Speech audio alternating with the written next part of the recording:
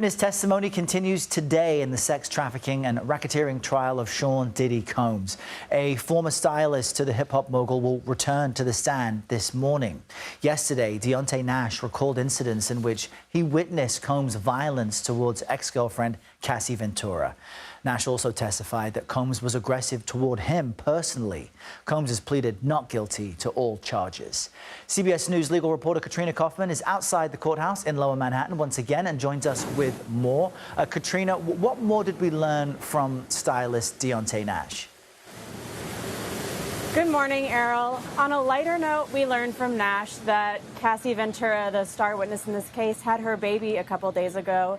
He's someone who has been very close with her over the years, and as you were saying, told us harrowing instances of violence that he witnessed between her and Sean Combs. In one story that he told, Cassie had been asleep on the couch. He said that Combs came into the apartment and yelled at her for not answering her phone. This is testimony that we heard from her, that he would get very angry if he couldn't reach her. He apparently then dragged her into a room and began hitting her until she whacked her head on the edge of a bed, and there was blood everywhere. As this was happening, Nash, as well as Mia, the pseudonym for another employee of Combs, jumped on Combs' back, tried to stop him.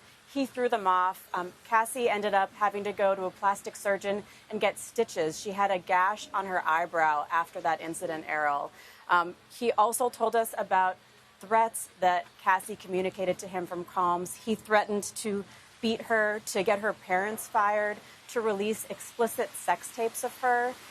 And this was important, too, because this was how Nash said he learned about the freak-offs she was engaging in, because he told her that she should just let Combs release those tapes.